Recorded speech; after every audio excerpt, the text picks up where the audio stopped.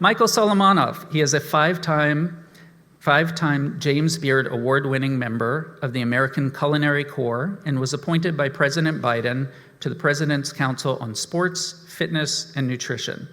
Together with Stephen Cook, he has co-authored 4 award-winning cookbooks: Zahav, Federal Donuts, Israeli Soul, and now Zahav Home, which we're here this evening to celebrate. It's packed with stories and recipes which reflect these 2 dad chefs and their deep love for family and food. And Michael couldn't be more excited to share it with you all here tonight.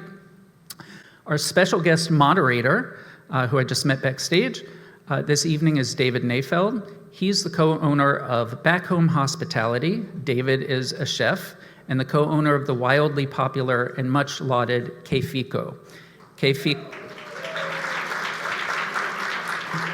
Also, Que Fico Parco Menlo, El Mercado de Que Fico, and Que Fico Pizzeria. He was a Star Chef's 2019 Rising Star Chef, and most recently was named a semifinalist for the 2023 James Beard Foundation for Outstanding Chef. David is also an author of a forthcoming book called Dad, What's for Dinner? I will be buying a copy of that book. I just was backstage with them. These guys know each other well. You can tell that they're friends. They're gonna have a lot of fun here tonight on stage. So please give a warm JCC welcome to Michael Solomonov and David Nayfeld.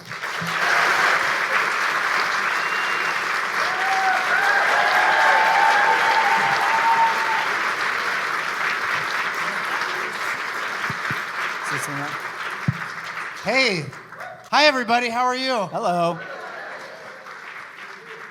Is this thing on? They don't, yeah. You don't even need one, that's the thing. I know, I project, everybody knows. How's everybody doing? Beautiful. So, first of all, thank you very much for having us. I'm thrilled to be here. Being at JCC in front of all of you folks is my mom's wildest dream for me. And I'm just honestly honored to be on the stage with someone that, and Michael will start shushing me in a second, but like someone that I consider to be definitely the most important Jewish chef, especially in a time where it's very important to be a Jewish chef in the United States. And somebody who I've looked up to, and his restaurants that I've looked up to, and his first and second book that I have read many, many times. And for me, being someone that cooks at home for my daughter often, and someone who, made that pivot of identifying as a dad more than, my entire life I identified as a chef. And I think that this book is very important for that reason. So without further ado, we'll kind of get into this. And, the first thing I'm going to ask you is, we're going to get into the good spicy stuff later. So don't be afraid. You guys know where the exits are if you need. But for now, let's get into the cookbook. How did the pandemic, which I'm sure we're all just sick of talking about, but how did it inform your view of cooking differently than it was before? That is a great question. I mean, Zahav, the first cookbook was Israeli food through the lens of our Israeli restaurant in the United States. Israeli Soul was just going back to Israel and essentially convincing the publisher to give us a bunch of money to go take a trip in Israel and document it. Smart move. Which was amazing. And then Zahav Home is really like what happens when you're a hospitality professional and you're in this pandemic. At the time, Steve and I had 27 leases that we were responsible for, 500 employees. And, and we lived a block away from each other at that time in South Philadelphia. And there was Dickinson Square Park. And so every day we would just walk around in our bathrobes or sweatpants. Session. Yeah, it was like one flew over the cuckoo's nest. I mean, it was like a bad scenario, and we're like, well, it's all gonna, the bank's gonna take our house. It was just a horrible situation. But the crazy thing is that it was the first time in my life where I could cook for my family regularly. And at that time, I'd lived in this house in South Philly for almost 2 years. I had cooked 3 meals, 3 dinners for my family. And then, probably just like you, it was like 5 meals a day. I was stretching phyllo on the kitchen counter. And it ended up being, Steve and I would walk like 4 paces around 4 times around the block and talk about how, like, an impossible situation. Not just because sort of economically and socially everybody was just sort of falling apart, but we love like hospitality, right? I love making people feel good. You love it too, right? We just want to make people feel special. And so we had an entire industry that could not actually do the job that they love to do, right? And so it was really upsetting. And so we could then walk around a few times and say, well, guess what? I made a shiitake mushroom makluba.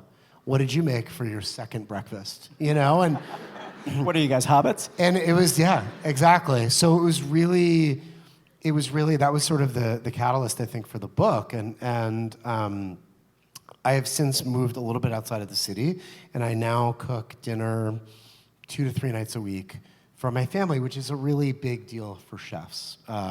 And so we really wanted to, instead of having like a food stylist, a this, a that, sous chefs, like that's what you do with restaurant cookbooks. There's a whole team of people that make the stuff. There's somebody that writes recipes. There's somebody that tests recipes. Usually you're directing people. It's kind of like being the chef of a restaurant, right? Everyone asks, well, who's cooking? And you're like, the same people that Not cook me. every night. Yeah. And so with this, we just wanted to discipline ourselves and say, we're going to cook everything start to finish the way that we did, the way that normal people make dinner or lunch or whatever. If you want to go like, if you want to ball out a little bit, there's some of that. But then there's also the like, I have to get, there's like sheet pan chicken, which is like the best example, right? It's one thing to clean. It requires a broiler. And it's usually, it's like a spatchcock chicken and like stuff underneath it. And the schmaltz renders, it cooks the vegetables and the potatoes. The top gets really crispy, start to finish, 45 minutes. And you have dinner on the table, and you have to clean one sheet tray, right? And that, to me, is kind of how people cook, right? And my mom and my grandmother would actually, with like my grandmother who was, from Lud in Israel, had like a toaster and like 2 propane burners and could run circles around everybody I know. Any chef my grandmother would have totally housed. So we just really wanted to discipline ourselves, and that's how we came up with all the recipes. We got ingredients, and Steve and I just got to cook next to each other, which is also a pretty rare thing. We've been working together for 20 years. We own a lot of restaurants, and to be able to be side by side and just cook is like such a privilege. So that was Zahav Home. How does Jewish identity play into your view of food? And I know how it does in the culinary world, in the restaurant world. How does it play into it in your home with your kids? Is there messaging that you're trying to convey through your food?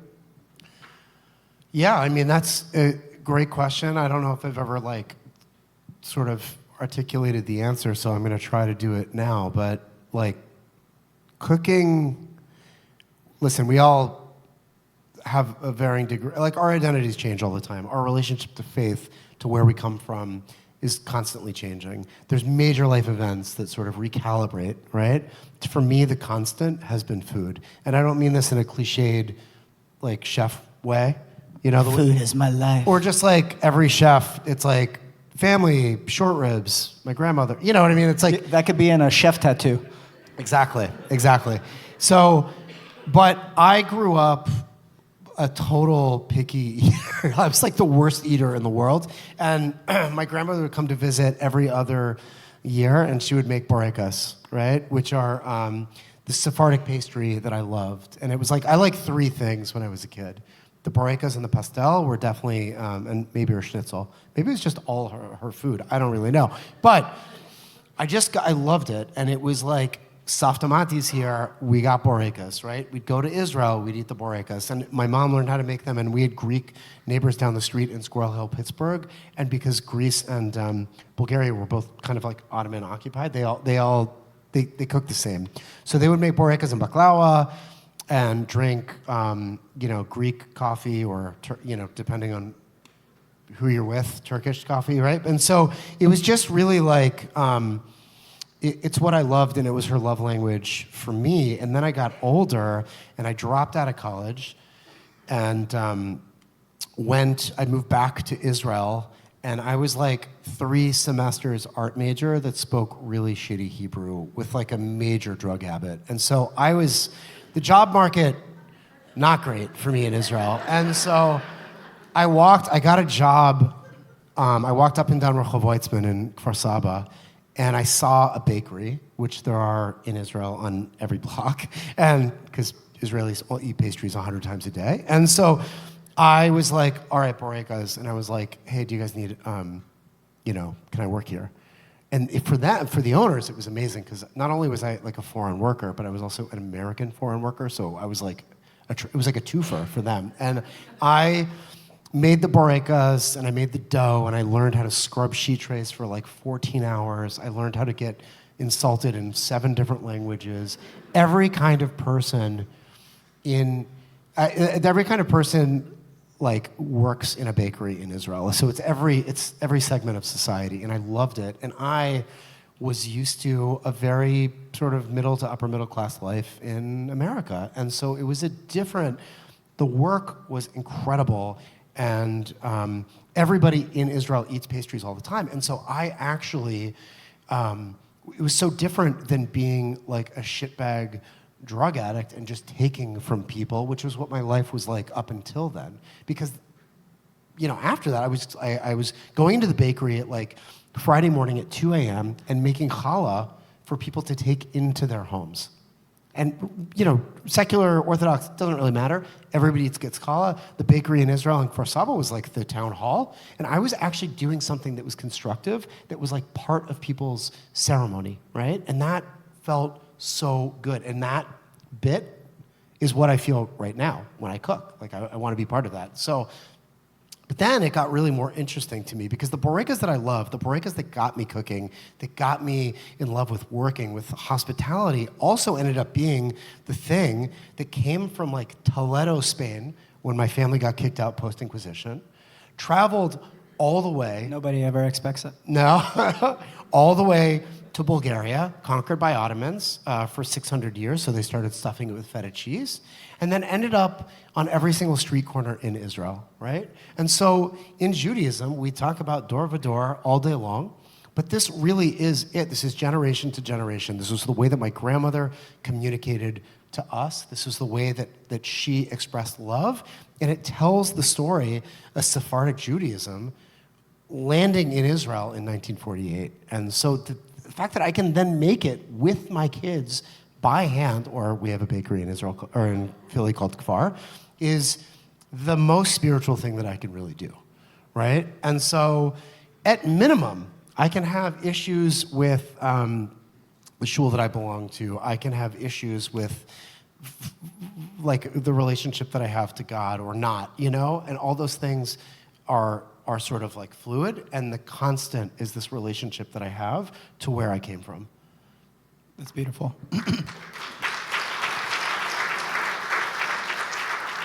That's not actually them clapping. We have one of those sitcom things that does.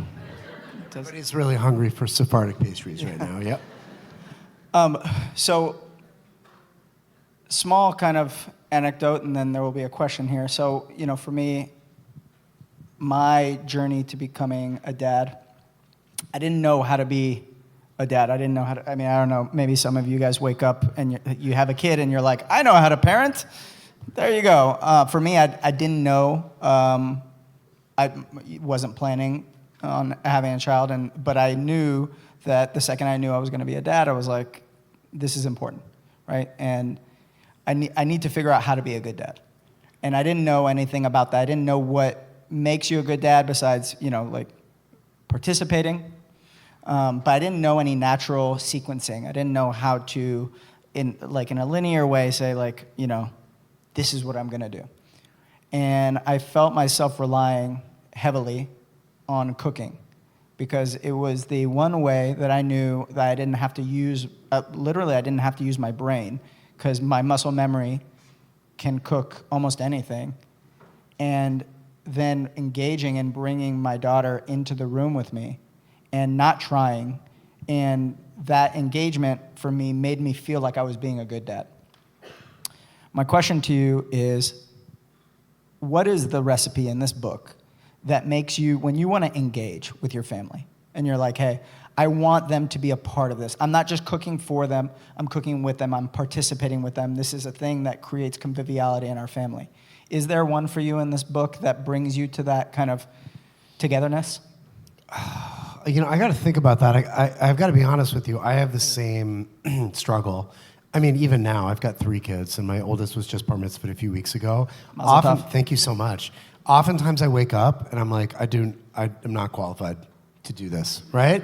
And I think that that's just kind of how parenting goes. I will say it is a blessing to be able to like actually make food. And we both grew up, you know, with like immigrant dads who mostly just worked all the time, right?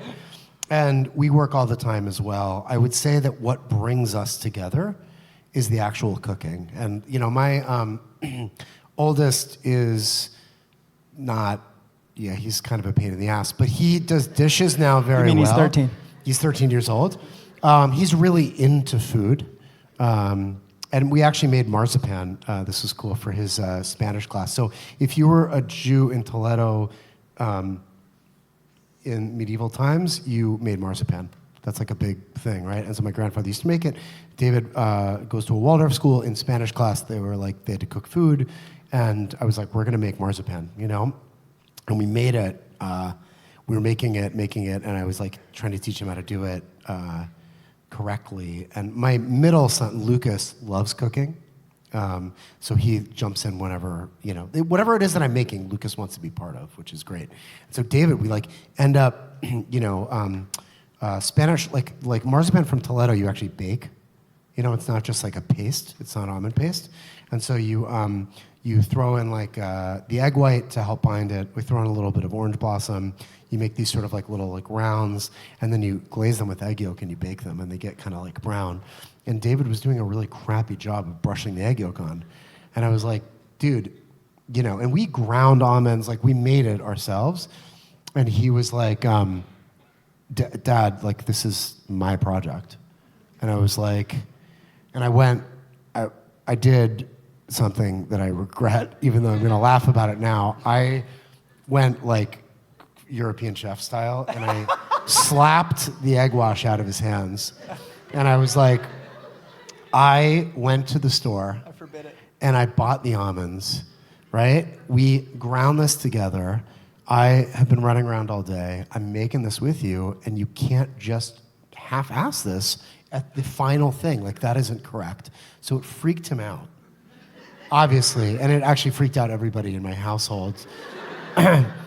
Because slapping egg wash out of your 13-year-old's hands to prove a point is not great. But I will say side note, and this is unrelated to your question, I mean, I felt really bad about it. The marzipan, we ended up burning it, and then I made it.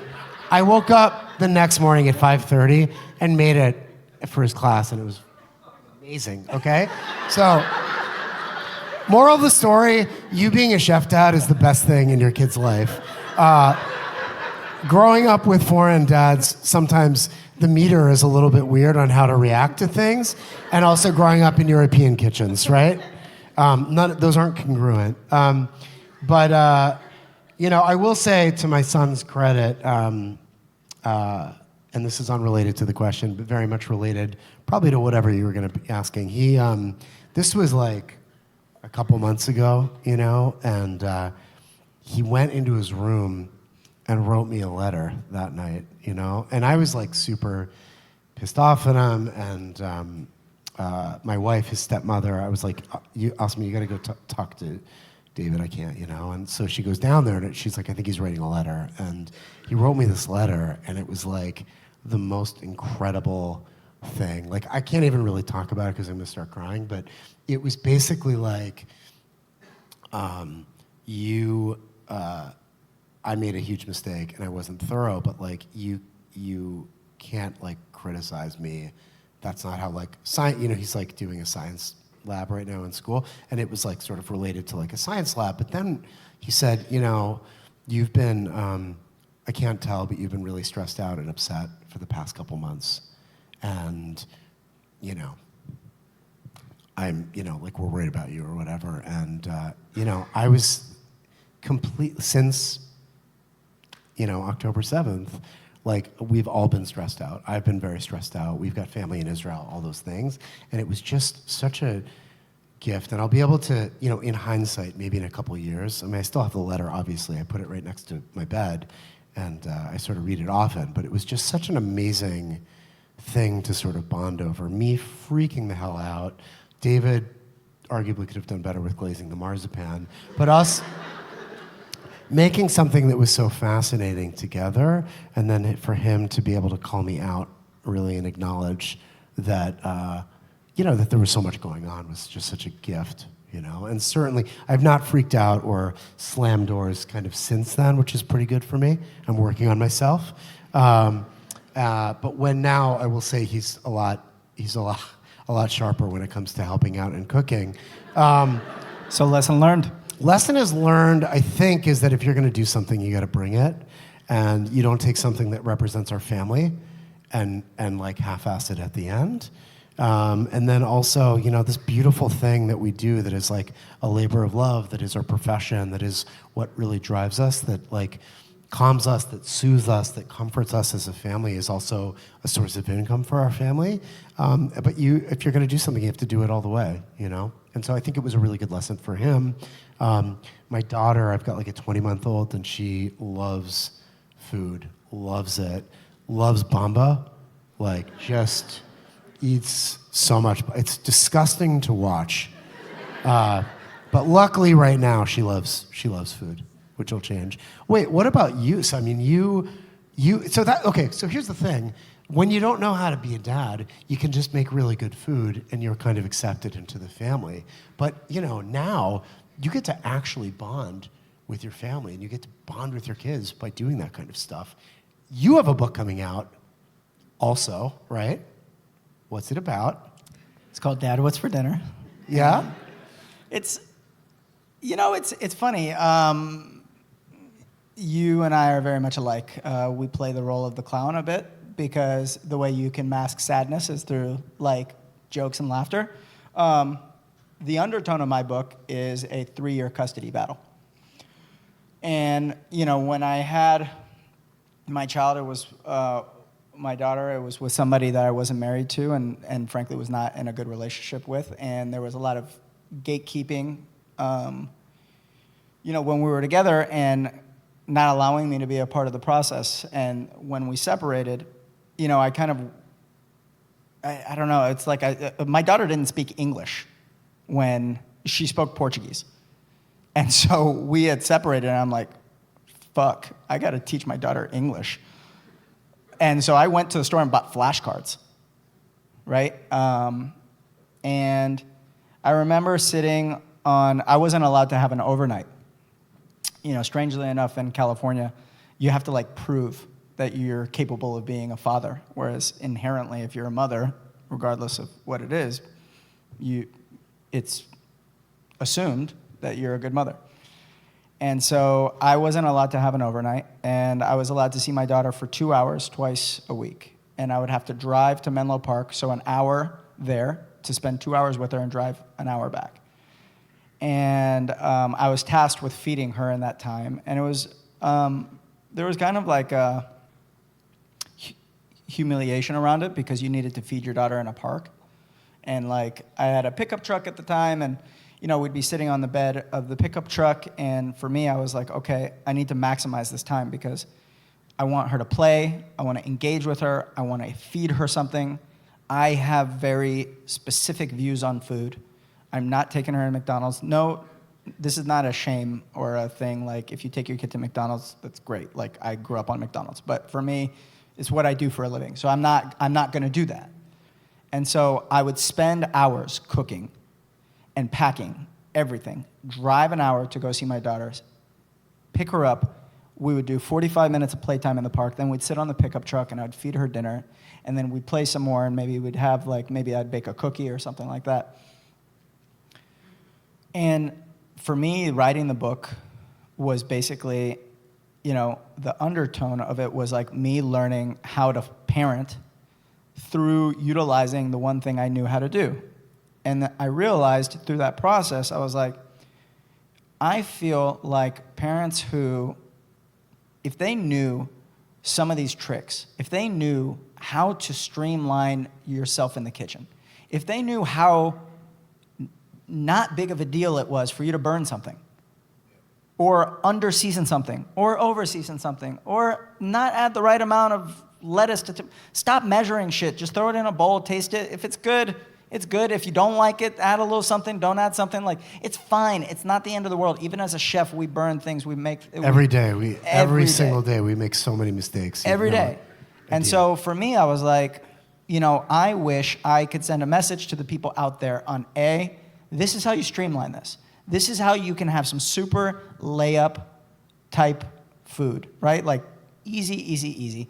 And this is how, not only that, get your kid off their screen, get their hands in the dough, get their hands dirty, drop some shit on the ground. Who gives a fuck? It's not the end of the world. Break a glass. Like if a shell made it into the cookie, like whoever got the shell is gonna have great sex that night. Whatever. Make something up. Like, it's like it's not going to kill you, right? Just don't be so precious about it. And I cook with people all the time, and people are so afraid to make a mistake when the truth is, look, I'm making this shit up too. Yeah. Everything I do, I'm making up. And so I found there was that correlation between parenting and cooking, which is like, I think we're all just making it up as we go. And you stumble towards success, and then you have a misstep. Your story is very, to me, like I really kind of relate to it. This morning, I have such insecurity because her mom will like call me out anytime I make a mistake. And so for me, getting to school on time and perfect, and having breakfast in the morning, perfect breakfast, getting to school, being packed up, having your hair combed, it's super important to me. And like my fiance called me out today, and because I got upset with my 6-year-old daughter for not moving fast enough and not eating enough of her breakfast, and I'm like losing my patience. And my fiance was like, I think you're projecting how you're feeling about this situation onto her, when the truth is she's a 6-year-old girl, and this is just normal. Like they're finding ways to, like, you woke up an hour and a half before school and they're finding ways to make you late. And I'm like, how is it possible? We're 5 minutes from school and now we're stressed out. So to me, the book is meaningful for that reason. And so, bringing it back to you and your experience with cooking this type of food, right? I think there is a natural kind of foyer, call it, right? With Italian cuisine, Israeli cuisine, Levantine cuisine, Greek cuisine. Like, these are types of cuisine that frankly started in the home before they became restaurant food, right? Tell me about how Zahav, the original book, differs from this book in the sense of like your approach to the recipe. First of all, I cannot wait for your book. I think it's going to be amazing, and it's like such an incredible idea.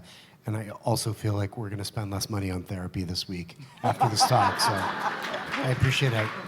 It's nice to talk to somebody real, It's good to let it out. Say. Just the two of us.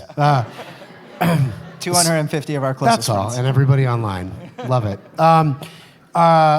So the thing about Israeli cuisine is that it's like 100 different Jewish diaspora cuisines sort of merging with indigenous Palestinian cuisine and greater Syrian cuisine, sort of pre-Ottoman conquest, Red Sea, Mediterranean Sea, snow in the north, desert in the south, birthplace of modern and ancient agriculture and winemaking, and like Silk Road and Spice Road. So it's all those different things.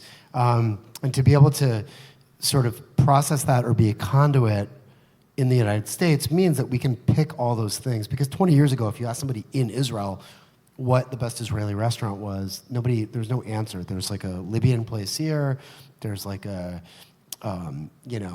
Bulgarian or Romanian place here. Like, so being able to put them together was really, for us, what helped define Israeli cuisine or modern. People say modern.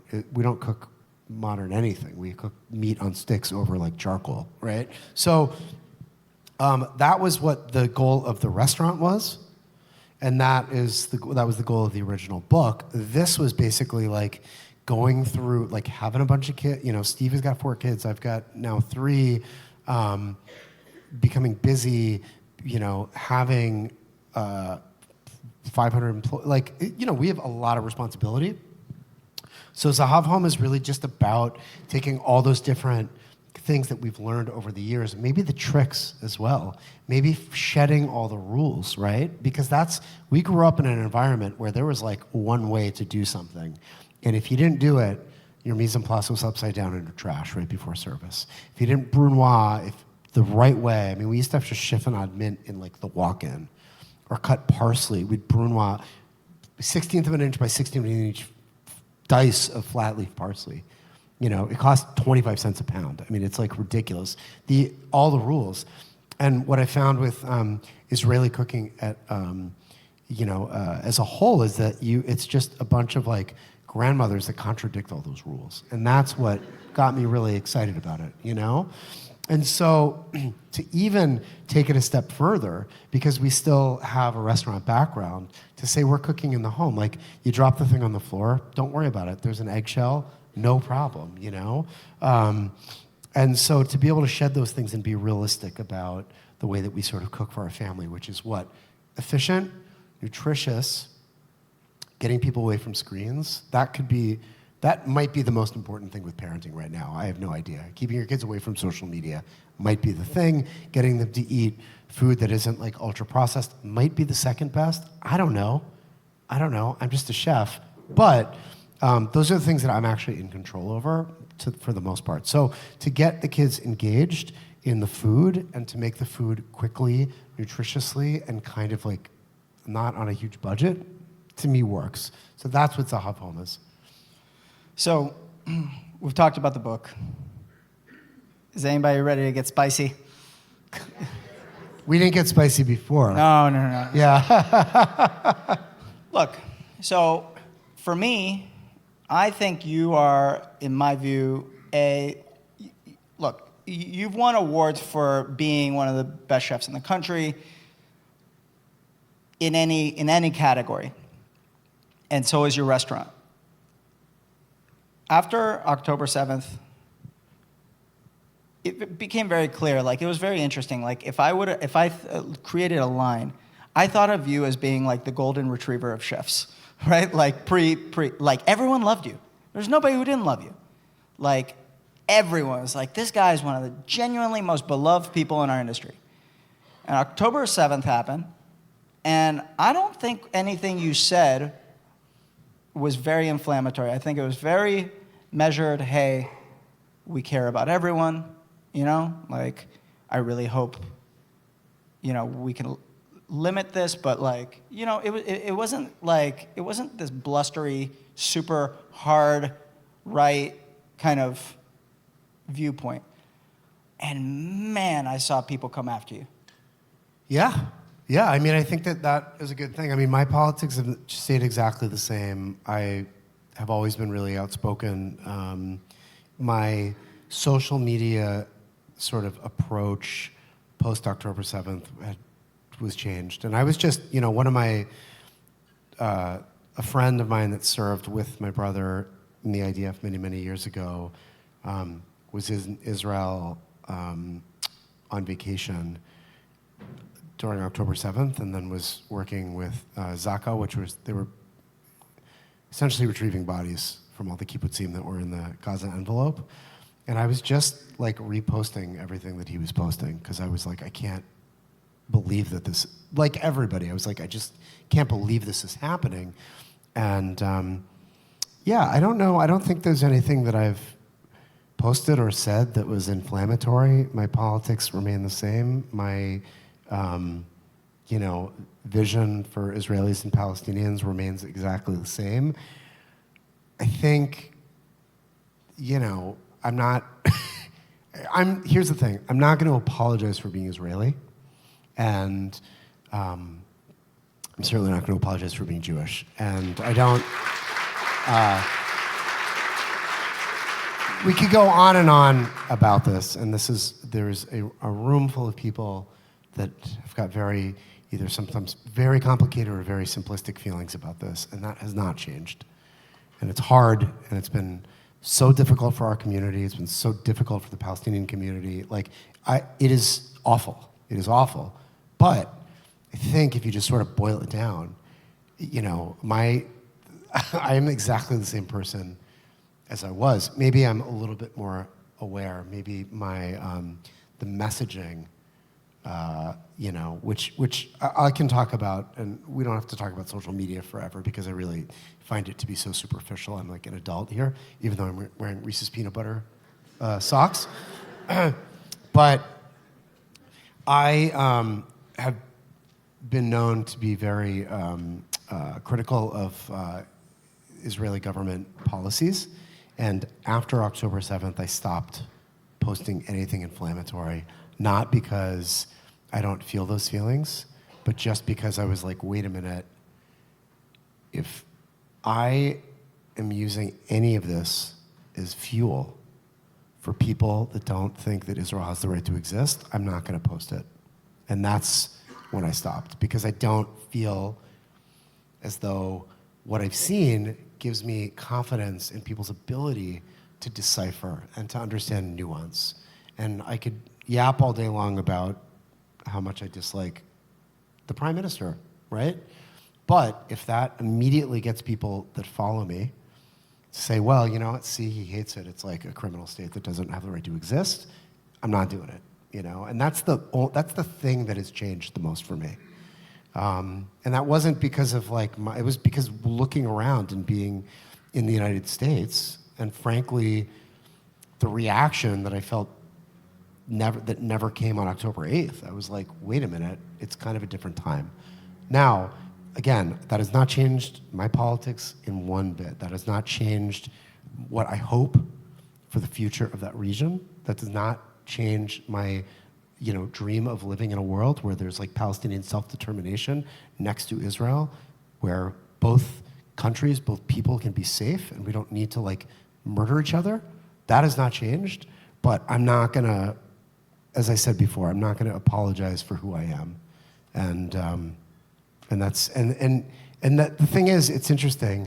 Yeah, we get a lot of hate. I think in a lot of ways that might just roll over, and I think that this might be, not to minimize what is one of the most complicated conflicts in modern history, but I also think that for a lot of people, especially in the US, it happens to just be a flavor of the month, or a flavor of the year, or maybe two in this case. But it's this is my life. These are actual lives, and I just objectifying this for some sort of virtue signal thing is it's not worth my time. How do you feel?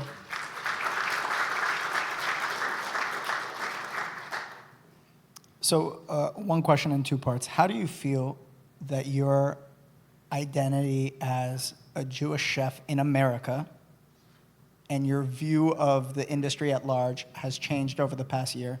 And how do you feel, and part two is, how do you feel about your identity as a Jew in America? So Jewish chef in America and a Jew in America have shifted over the past year. Well, I think that, you don't want to just ask me about my favorite recipe in the book. Barbara Walters. I don't know. I guess to go back to what I was saying before, I think your identity always sort of changes. And I think that Yossi Klein Halevi, who is really the smartest, sort of most articulate person ever, I just love him. He has written a bunch of fantastic books, which I would definitely recommend you to read. I think the most recent was Letters to My Palestinian Neighbor. But Yossi's incredible, just incredible. And he had this sort of great analogy, which was the flare goes up, and you kind of see where everybody is for a second. And again, it's just after October 7th, everybody feels maybe a little bit different, So my identity changed. I grew up in Squirrel Hill, Pittsburgh, which was a shtetl. I mean, I grew up in an American city thinking that every American city had people speaking Yiddish in the street. And it was a very big Jewish community. It was right when the last sort of huge round of Russian immigration happened. And having an Israeli father wasn't like the weirdest thing to all my friends. There were 6 synagogues in Squirrel Hill. You know, we belonged to Beth Shalom, which was the other conservative synagogue. Tree of Life was the other one. And so my Jewish identity then was, I don't know, we went to shul on the high holidays, and, you know, occasionally I went to Hebrew school. My dad wore sweatpants, drove a Cadillac, and loved American football, but would also still say, close the lights, you know? Which he still does. I mean, the guy reads War and Peace in English and can't say turn off the lights to this day. It drives me crazy. But so that, I had what I think was in a very American kind of upbringing. And then we moved back to Israel, and I was there. We made Aliyah, and I lived, for that year, I lived in a boarding school campus on a farm, an agricultural sort of farm and boarding school in the north in Pardes Chana. And that changed my life. And I was so pissed off at my parents for moving, because I was like 15 years old. And I was gonna move back by myself, you know? And that year was just like so phenomenal. It was like, it was me and 39 other mostly American kids that were so problematic that their parents were like, you're going to like live on a farm in the Middle East. And so it was also, you know, it was, even though this was a little bit before this, it was right before the second Intifada, we watched peace happen with Jordan in real time. And it was still, there was like terrorism and there was volatility, but it's so much safer. I mean, even now, maybe not right at this moment, but whenever I go back to Israel, which is a couple times a year, people are like, are you worried? And I'm like, I live in Philadelphia, dude. Okay, like, I'm good, you know? And so, but then you could just like, every other weekend, we would take like 40 shekels and hitchhike and go as far away as we could for a night and a half. And it was just so freeing. And to be able to, you know, every Tuesday, so every other Tuesday, we'd work on the farm, and we were terrible farmhands. It was like 40 American kids. We did nothing. Like, we would pick pomelos, you know, and like the farmers would like leave and come back 3 hours later, and there would be like 3 pomelos in a crate, and 2 kids with concussions. And but then every other Tuesday, we would go for one of our classes was like basically going through geographically following Israeli history, but like, you know, 4,000 years of it. And it was just like so incredible, so meaningful. And so when I came back to the States, I definitely didn't feel more Jewish. I just felt like part of who I was far away. And like this meaning, or what was meaningful to me, which in Squirrel Hill, Pittsburgh, was no longer had the same sort of value, you know? And then I was like, all right, so, and then I would go back home and visit like my family, and it was like I would get off the airplane, and it was like the smell was familial and was like visceral, right? And then many years later, my younger brother David was killed in action in the IDF, and whatever that feeling I had going back to Pittsburgh, I like felt that times 1,000 in Philly until I took the flight, and then I came over, and you know, just I don't know. It's just hard. So I guess to go back to your question, which I still have not answered after all this time, I don't know. I would say that my Judaism is informed by my Zionism, and I would say that my identity changes, and I wish it weren't exterior sort of things, right? I wish it wasn't the sort of Yossi Klein Halevi metaphor of seeing the flare go up and look around on October 8th, and you're like, wait a minute, why are people like celebrating right now? Like I wish that wouldn't affect my identity, but it has. There's actually, Yair Lapid's father, Tommy Lapid, was a pretty amazing politician in Israel, and I read his book, which was great because he, much like my father, was this like pork-eating atheist, He grew up in Hungary, though. My dad was Sephardic Bulgarian, and he was so secular that when he came to Israel and saw people wrap tefillin, he thought that there were people spying and using like the tefillin as radio waves. Literally, which is awesome, right? And so, and he would have these sort of, and this was before when the sort of divide between, religious and secular in Israel wasn't even as strong as it is today.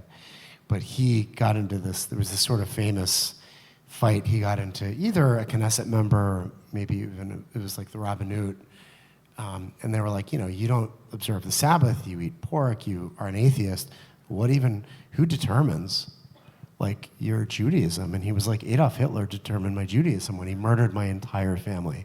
And so I wish it wasn't like that, but I do think those things help identify sort of who we are. And I think that for me, I would say the flip side or the inverse was that really up until this last year, winning awards is amazing, right? But like we won multiple awards, but for basically almost 10 years in a row, all the major James Beard Awards that were given were to Israeli restaurants or Israeli restaurateurs. And to me, that was the most important thing that I could have done. And from, it was like probably the first speech that I ever gave in 2013. It was like Best Chef Mid-Atlantic. I said like, this is, I'm trying to explain and help share things that I love about this place, the things that are like that, these values or this culture that my brother died defending that is still continues to be very misunderstood. And that has not changed, So I don't spend a lot of time thinking about what it's like to be a Jew in the United States because that's what I am. We're always dealing with stuff.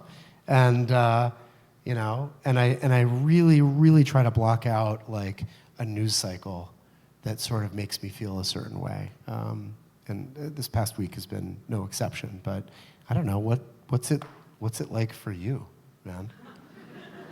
Hard hitting. Yeah, how's it feel?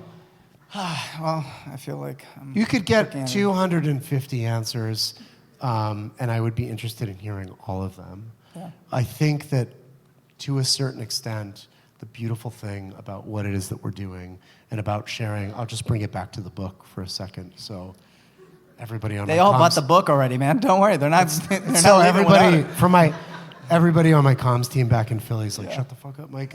So the book, to be able to share something that helps explain or helps tell the story, the door of a door, the things that really matter to us as a people, to be able to share that with people in communities across the country that can bring this. It's like the challah that people bought from the bakery in Kfar Saba 100 years ago when I was making it. It makes me feel like I'm part of something. So to be able to share it with all of you is like such a privilege.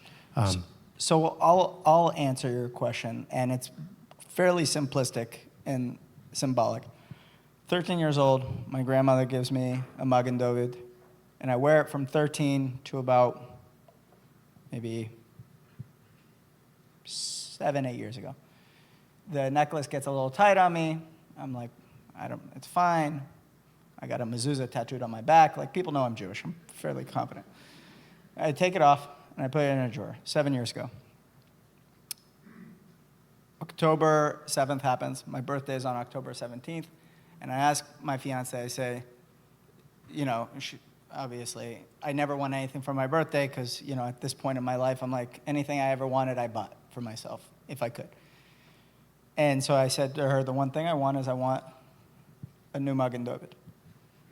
And I think that the thing that has identified for me as a chef and as a Jew in America is it is more important than ever to be walking around with your star on your fucking chest and let everybody know who you are.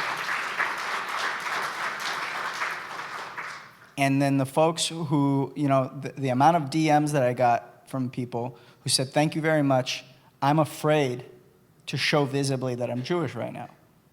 And the fact is, I'm a 200-pound gorilla, and I love to fight. And the fact is, like, if somebody needs to do it, then I'm gonna do it. And that was, to me, that was the thing that changed. Is I didn't think it was important to outwardly, constantly remind everybody in every conversation.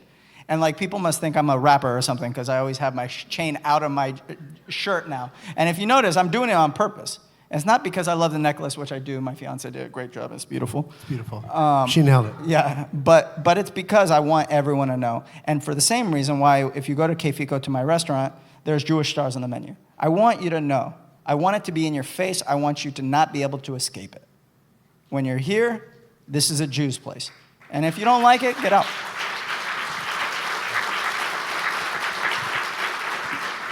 I got a Magen David as well. And it got caught in my chest hair like every day. So I took it off. I have a ton of Jewish tattoos though.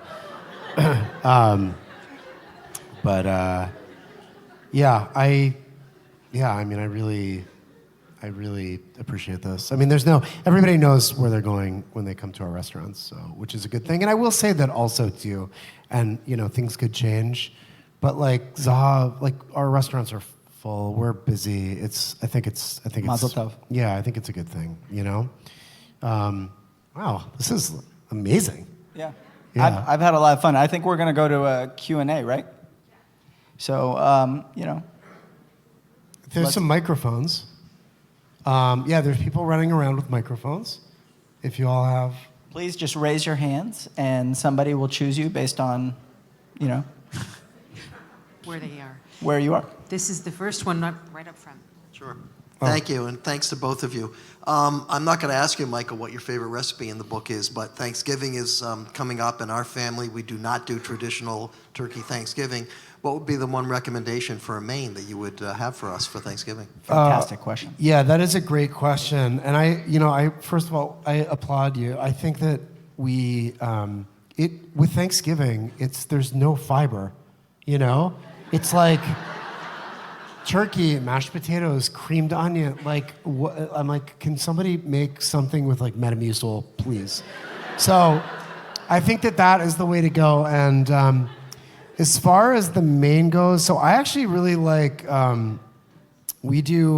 this would be a good main accoutrement, but we make like a pumpkin baba ganoush with pomegranate, which is really, really good. And I feel like that's really nice. We started using basically every vegetable, right? Because baba's usually made with eggplant. And in Pennsylvania, if you are not comfortable cooking with like pumpkin, butternut squash, and cabbage for like 9 months out of the year, you're in the weeds. So we were just like, take anything, burn it on charcoal, mix it with trina, and you got baba ganoush, right? And so, and actually there's a place in Abu Ghosh outside of Jerusalem that does like a pumpkin tahina salad as well. So beets with trina, cabbage with trina, pumpkin, I think those things are all really, really good. And what's nice is that it acts as a dip, but also as an accoutrement as well, too. So, if you wanted to like make a little cranberry rose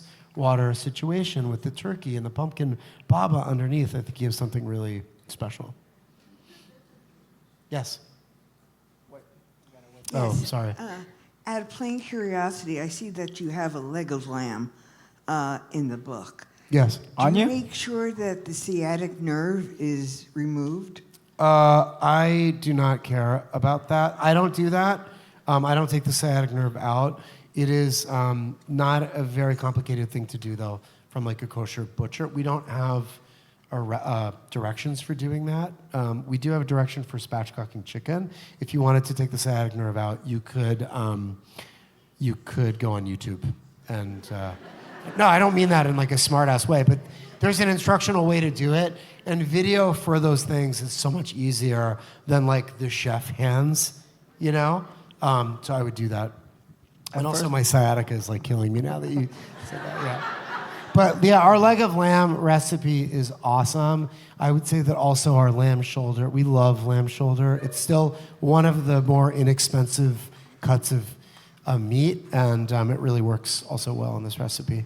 At first, I thought she was saying you have a leg of lamb, and I was like, I swear, I patted him down before he I came have out. chicken legs. Yeah. I have a leg of chicken up here, 2 of them. Next one here on your left.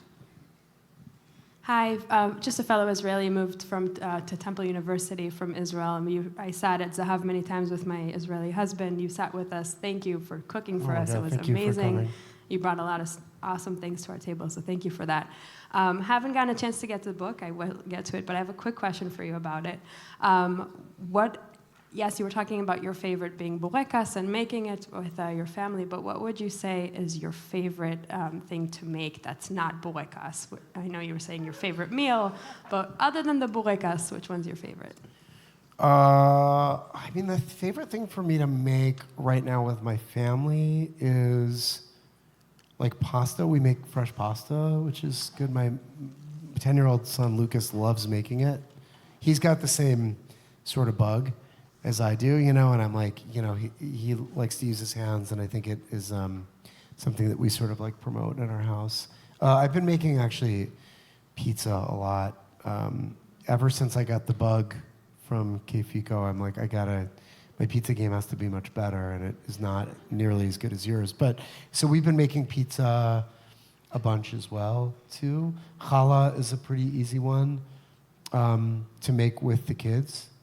Because it's quite simple. And we also make like a Pittsburgh salad in this book, which is cool because you roast, in Pittsburgh, salad means like lettuce with like cheddar cheese and fried potatoes on top, like French fries. And so for me, it's kind of like we like kind of roast potatoes with a generous amount of olive oil. And so it's kind of like the French fry, if you will, and we are a big salad family as well, and it's something that we can all sort of participate in. Yeah. Where are you from in Israel? I'm from Netanya. Netanya, Yofi. Kfar Saba. Represent. We spoke many different times. It's okay that you don't remember me. I remember you. I remember your food. You're amazing. Thank you so much. Thank you.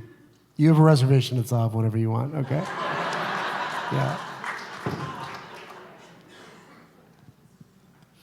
Hi, thank you so much. It's so interesting to hear you speak and to hear you guys in conversation. Hi, David. In a post-October 7th world, ritual and Shabbat has become really important to our family, and hosting upwards of 20, 25 people. David's been at our table with Helena. I love it. We have a great time. And it's really about Jewish joy and just sitting down to break bread together with a small kiddush. But looking for new inspiration of food after doing this week after week. And my kids love their safta schnitzel and some of the other usual things. But I'm wondering if there are things in the book that are family-friendly, kid-friendly, that you would... What's your ideal Shabbat meal from this book? By the my way, gosh. her husband, Abida, makes the best challah around. Very, very... He does it in a milk bread style, but without the milk. Yeah, like he It's- cooks it, he like gelatinizes it. It's Yeah. incredible. That's good. I mean, I like good challah and schnitzel. I think cold schnitzel sandwiches on challah with matbucha. Schnitzel is so good, and it's like in Italian, it's chicken milanese. It's like it's fried chicken. It's amazing. like one of my dad's jokes, which is like, yeah, what would be the difference between schnitzel and milanese? About $5, you know? So, you know what? That's a great question. So for Friday night, Shabbat lunch or for Friday night dinner? Friday night dinner. I mean, the sheet-fried chicken makes a lot of sense.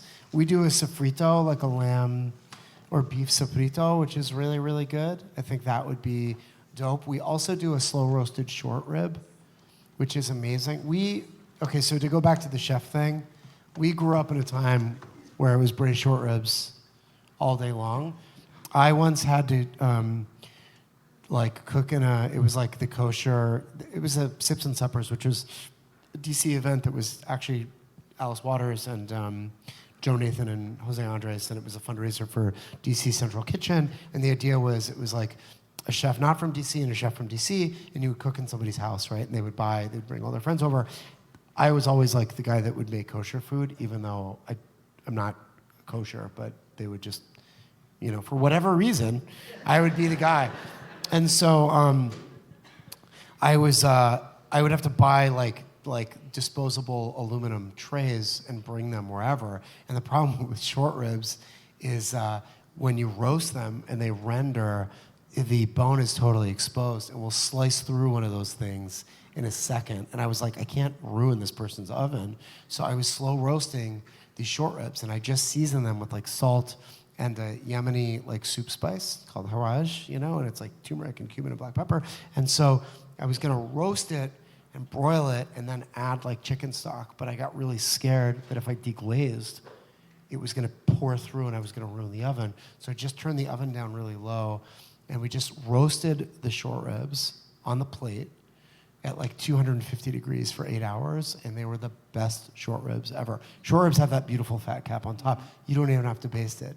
So, to go back to like the very easy things, it's salt, spice, a big hunk of beef, and then like not even a convection oven, like convention at 250 degrees for 8 hours, and they're the best short ribs ever, and they're in the book.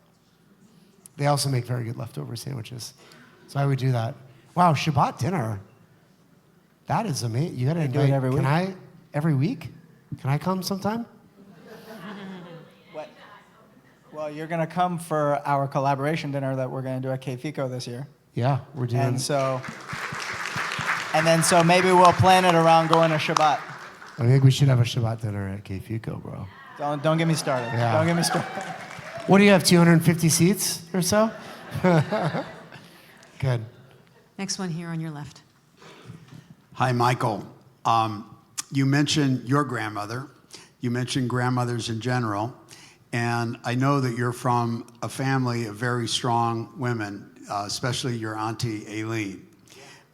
Thank you, by the way, for hosting me at the bar at Zahav those many years ago. Of course. And getting us, Laurie and I, a table at Laser Wolf last year. Yeah. But how do you deal with the psychic tension of all these powerful female influences on the fragile ego of a male chef? I put my head down and I say, yes, chef. We're trained for it. Yeah, I don't know. I mean, I come from a long line of really just badass women. So I just, I don't know. My family. This is what it is. I just say, yes, chef, and I put my head down. And I try not to get in the way. But it's been a really, I don't know.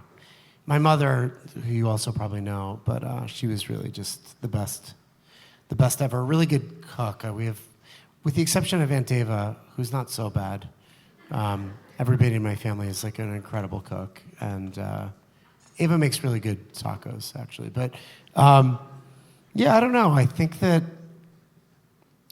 as I said, I'm very close to my father. He lives in Israel, and with WhatsApp, it's really sort of been a gift to not just me, but for my kids. But I grew up with my dad working all the time. My mom was a school teacher at a Solomon Schechter school in Pittsburgh, and every sort of community we were in, whether it was in Squirrel Hill or in Kfar Saba, she was really the sort of mayor, and she was the mentor, and that's actually how I met my business partner, Steve.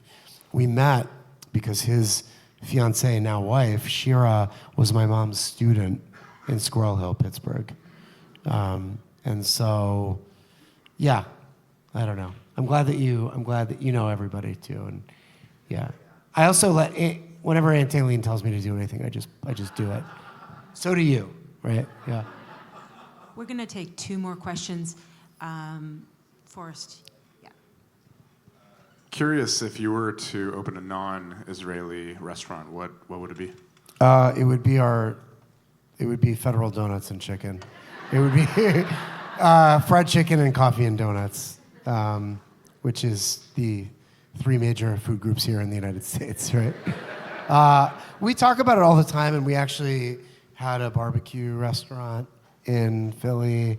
We had a Mexican restaurant even before Zahav opened, but I think that we have this emotional and one would argue spiritual connection to the food.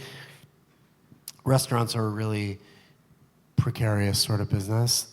Inevitably things go wrong, and what we've realized or come to realize that if there is not a stronger connection to the mission, it could go sideways, right? And so, and that has been sort of our guiding principle. Federal Donuts was kind of by accident.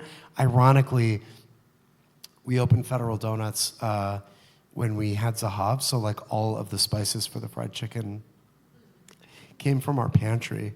And Shabazi, which is a spice blend, Lior, our spice blender, he's a spice shop in Hell's Kitchen, New York, called La Boite. And so he has all these obscure names for spices, right? For like a Turkish basturma spice, the spice blend name is Ararat, which is the mountain in Turkey where, basturma.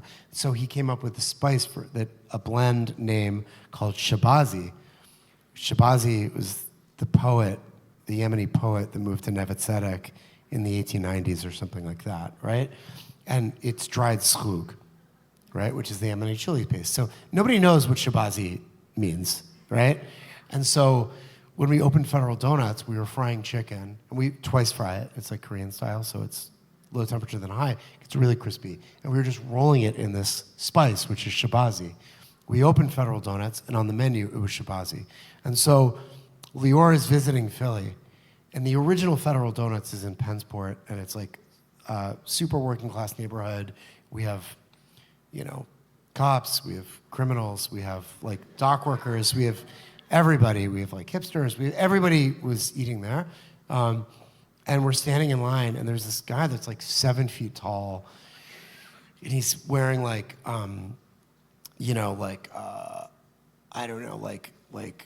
cargo pants covered with paint, and he's got like a Phillies hat on, and he's like, yo, and he's like in line, and he's like, you gotta try the Shabazi chicken, it's the shit. And Lior was just like, my work on this planet is done. It was just the coolest thing. We have this guy that's like referencing this Yemeni poet from sort of turn of the century. It was incredible. So that is our non-Israeli restaurant. Okay, last one back here. Just a quick reminder, we are going to be moving to the atrium immediately after the conversation. Mike is going to be signing there. There's going to be lots of wonderful treats for you to enjoy. And Paul also wanted to let you all know that all this conversation around Shabbat, JCCSF is going to be hosting a wonderful Shabbat dinner on this Friday, Gratitude Shabbat, and we'd love for you all to join us. There's still a little bit of space left, and come. Last question.